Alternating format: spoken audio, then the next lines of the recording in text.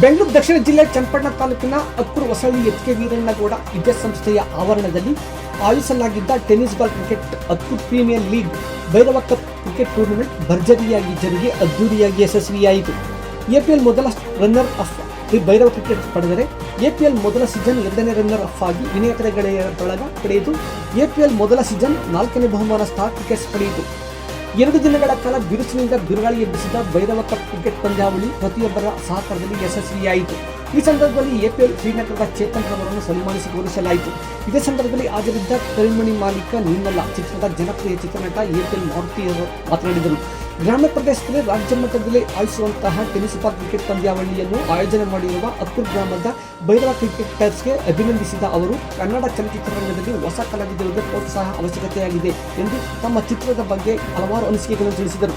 ಈ ಸಂದರ್ಭದಲ್ಲಿ ಚಿತ್ರನಟ ಮಾರುತಿರವರನ್ನು ಸನ್ಮಾನಿಸಿ ಗೌರವಿಸಲಾಯಿತು.